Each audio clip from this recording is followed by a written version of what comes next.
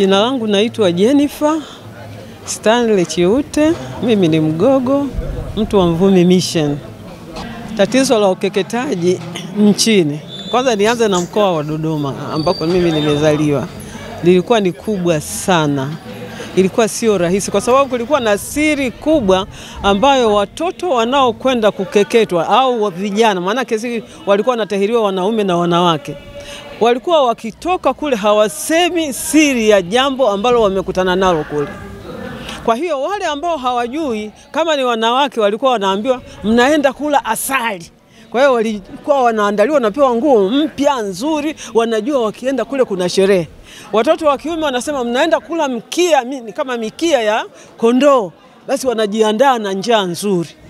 Lakini wakifika kule wanakutana na machungu makubwa sana. Kwa hiyo kwa sababu ya usiri ule, sasa sisi tulipoanza tukawa tunaanza kusema yale madhara mbele ya watu.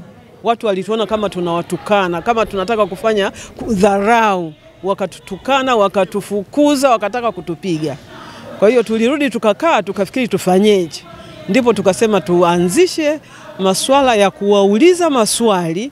Wao wenyewe wakikaa kwenye vikundi, tunawatenga wanaume peke yao, wanawake peke yao, na kila watu wawe wawazi, waseme hivyo vitu na wanataka hatua gani ichukuliwe wakiona kama kuna madhara, na madhara yaliyotokea, wakitoa pia na shuhuda za mambo yaliyotokea ambayo ni madhara. Sasa hatua gani ichukuliwe? Ndipo wakawa wanasema kwa uwazi. Hawajui kwamba baadaye hili tutakuja kulileta kwenye kikundi kizima. Kwa hiyo wakayasema kwa uwazi, na ngariba wakiwemo wakunga wa jadi. Kwa hiyo walipomaliza sasa somo lao, wameshajibu, sasa ndipo tulikuja wakaja kueleza kile kitu walichokuwa wamepata. Sasa tuko pamoja. Kwa hiyo wakaona aibu, wakawa wanaficha nyuso zao, hawakujua kwamba itakuwa hivyo, lakini tayari ilikawa wazi, na wao wenyewe wakaweka sheria ya mambo jinsi ambayo yanatakiwa yaendeshwe. Sisi tulikuwa ni watekelezaji wa yale waliotaka yaendeshwe. Kwa hiyo tuliunganisha jamii nzima, viongozi wa dini, viongozi wa mila na desturi, wazee wa mila na desturi, wa vijana wale wasanii, waliotunga nyimbo na kufanya michezo. Na hata mashuleni pia tulipoanza kufundisha, walikuwa wanatunga nyimbo zinazohusu yale madhara, na baadaye kwenye siku za kufunga shule au kufanya mahitimisho fulani, au kwenye serikali ya kijiji kuna mkutano, walikuwa wanaonyesha vile. Sasa ile siri ikaondoka, kila mtu akafahamu, wadogo na wakubwa. Kwa hiyo jambo hili likaanza kupigwa vita na jamii nzima. Tulichokitengeneza ni ule uwezeshaji tuliofanya. Tulianzisha vikundi vya wawezeshaji vijijini. Vikundi vya wawezeshaji vijijini vilikuwa na vijana wa kiume na vijana wa kike. Naona hapa huyu alikuwa bado mdogo, lakini baadaye tukaja kumfanya mratibu wa wilaya, na wao wote walikuwa bado vijana.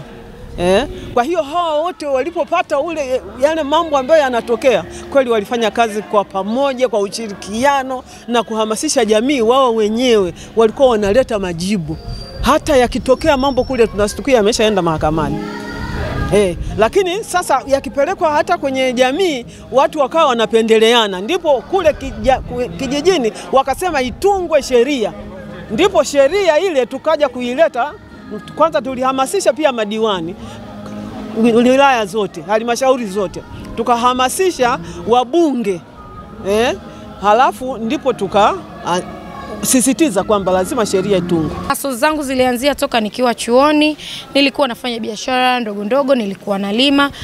It was a multitask. So wakati nimemaliza chuo, it was so easier for me kuingia mtaani na kuendelea kupambana, kwa sababu nilianza kupambana kipindi toka niko chuo. Lakini kiu yangu kubwa sana ilikuwa kuwalenga watu ambao hawana elimu lakini they are talented.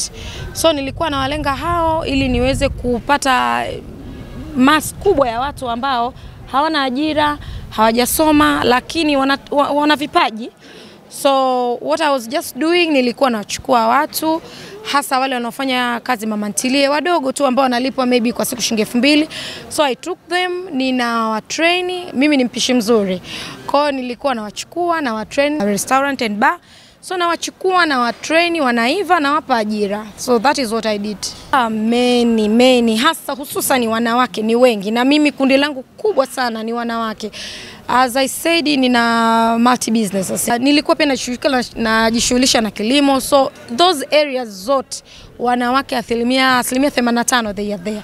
Yani wengi, na wengine nimewainua in such a way kwa sasa nao wanafanya biashara zao, wanaendesha maisha yao. Kwa hiyo ni hivyo. Hakika Malkia wa Nguvu mwaka 2025 jicho lenu limeona mbali. Binti yetu mfanyabiashara mzuri pale Morogoro ametueleza safari yake ya maisha. Ametuambia yeye ni graduate, lakini ameona fursa ya kujijenga na kuendelea zaidi sio kusubiri ajira, ni kuhangaika kujiajiri.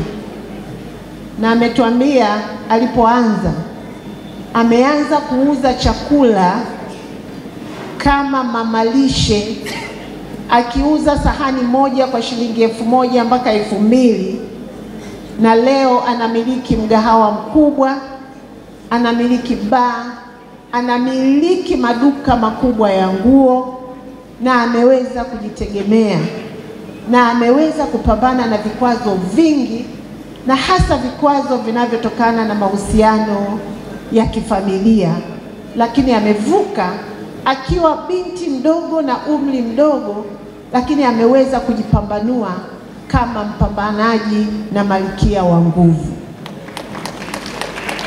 Na leo naomba nirudie kusema na kuweka uzito, Malkia wa Nguvu 2025 kwa binti huyu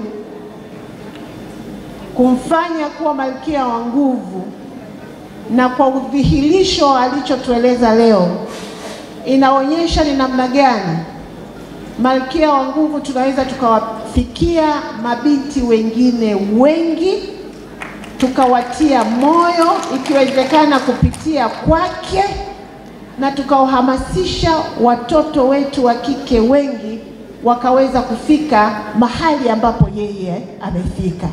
Asanteni sana Clouds, kwa sababu mnaendelea kutusaidia kulielimisha taifa, na hasa kuelimisha mabinti zetu kupitia programu yetu ya Malkia wa Nguvu. Lakini tumeshuhudia malkia wa nguvu mwingine, mama ambaye ametupa historia ya namna ambavyo aliweza kupambana na unyanyasaji wa watoto wa kike, na hasa kupiga vita ukeketaji. Na mama alipokuwa anahutubia hapa, nikasema huyu kama angekuwa na wahutubia wajumbe leo wangemchagua wote.